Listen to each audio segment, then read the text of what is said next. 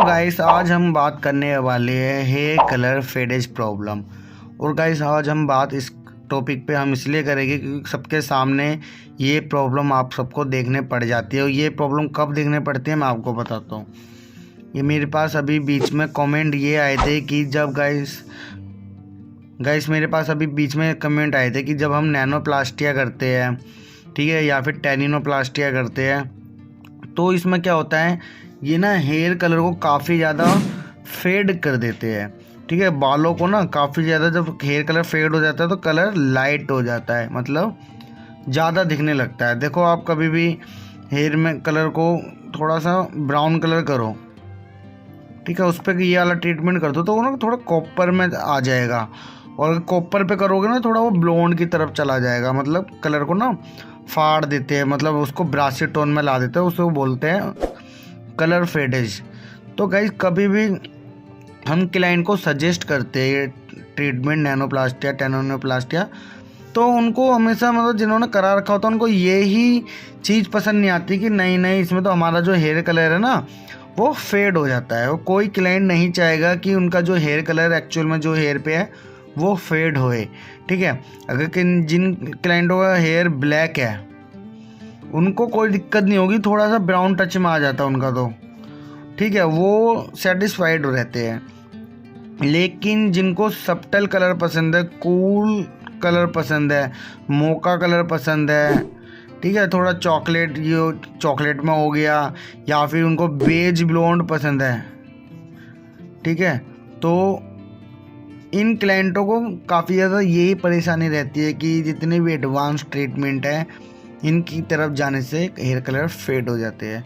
लेकिन फिर क्लाइंट को ये लगता है कि अगर हम पहले ट्रीटमेंट करा लेंगे फिर हम जो कलर फेड हुआ है फिर हम कलर कराएंगे तो ट्रीटमेंट उतर जाएगा। ऐसा उनका मानना भी ठीक है गाइस कि अगर क्लाइंट पहले ट्रीटमेंट कराएगी फिर कलर कराएगी तो वो कलर जो ट्रीटमेंट का रिजल्ट है वो थोड़ा कम हो जाएगा।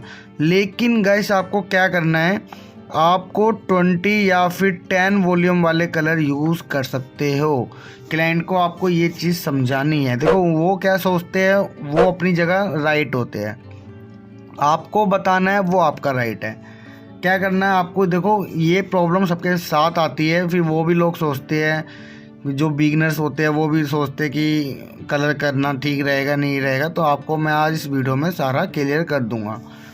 देखो मान लीजिए आपने क्लाइंट के हेयर पे नैनोप्लास्टिया कर दिया, ठीक है, नैनोप्लास्टिया करने के बाद आपको क्या करना है, ज़्यादातर आपको अगर बाल थोड़े सेंसिटाइज है, पतले है, तो 10 वॉल्यूम में करना है। ठीक है, हमें क्योंकि हमें सिर्फ जो हेयर कलर उनका चेंज हुआ है, फेडेज हुआ है, सिर्फ डिपॉजिट करना है। ठीक है, जिस क्लाइंट के हेयर पे जिस कलर की रिफ्लेक्शन है, जो कलर हुआ है, उसी कलर को आपको 10 वॉल्यूम के साथ हेयर पे डिपॉजिट करना है। डिपॉजिट कैसे करना है मैं आपको बता देता हूँ।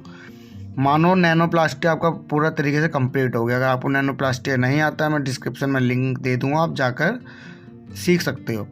नैनोप्लास्टिया का फाइनल जब आइनिंग होती है तो क्या होता है, जितने भी ट्रीटमेंट है सेम डे वॉश होते हैं। ये नैनोप्लास्टिया टेनिनोप्लास्टिया सेम वॉश होते हैं। इनका जो फाइनल जो सर्विस चेयर पे प्रोसेस होता है वो होती है आइनिंग। ठीक है, देन शैम्पू सेक्शन पे आते हैं, एक रहता है हमारा वॉश। तो वॉश कैसे करने से पहले हमें क्या करना है, जो प्रोडक्ट बालों में लगा हुआ है उसको पहले सिर्फ खाली पानी से रिंस आउट करना है। क्योंकि कलर अभी बालों में प्रोडक्ट लगा हुआ है, 10 वॉल्यूम में डायरेक्ट कलर लगा दोगे ना तो वो कलर पैच भी दे सकता है, वो कलर अच्छे से आएगा नहीं क्योंकि हेयर पे आपके प्रोडक्ट लगा हुआ है। ठीक है, आपको पहले रिंस आउट करना है, इस प्रोडक्ट को निकालना है। देन आपको मान लीजिए क्लाइंट का चॉकलेट कलर था, चॉकलेट में आपने ले लिया 6.8, ठीक है, और 6.8 लेके आपको 10 वॉल्यूम में लेना है। अगर नहीं है 20 वॉल्यूम ले सकते हो। ठीक है, गीले वालों में डिपॉजिट करना है शैम्पू सेक्शन पर ही। ठीक है, मिक्सिंग रेशियो कलर ट्यूब पे लिखी होती है, आप वो मिक्सिंग रेशियो कौन सा ब्रांड का कलर यूज़ कर रहे हो आपको मिक्स करके पूरे बालों पे लगा देना है रिंस आउट करके। देन आपको 15 से 20 मिनट का वेट करना है और विजुअली चेक करना है साथ ही साथ, ठीक है।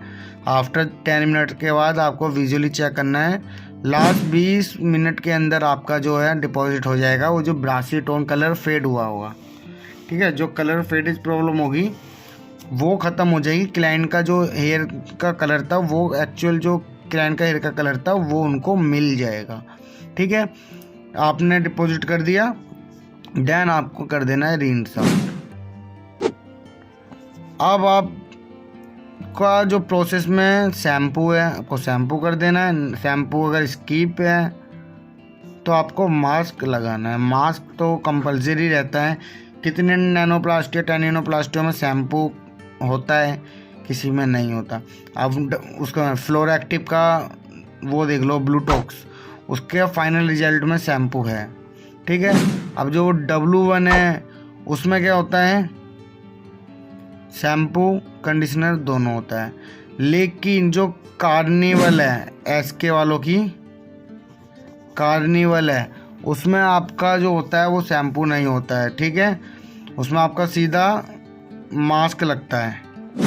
SK कार्निवल में काफ़ी ज़्यादा वो प्रोसेस, लास्ट का जो आपका है शैम्पू है तो शैम्पू करना। लेकिन इसमें जो फेडेज की प्रॉब्लम थी वो यही थी कि आपको 10 या 20 वॉल्यूम है। लेकिन मेरी मानो तो आप 10 लोगे तो ज़्यादा सेफ गेम में रहोगे।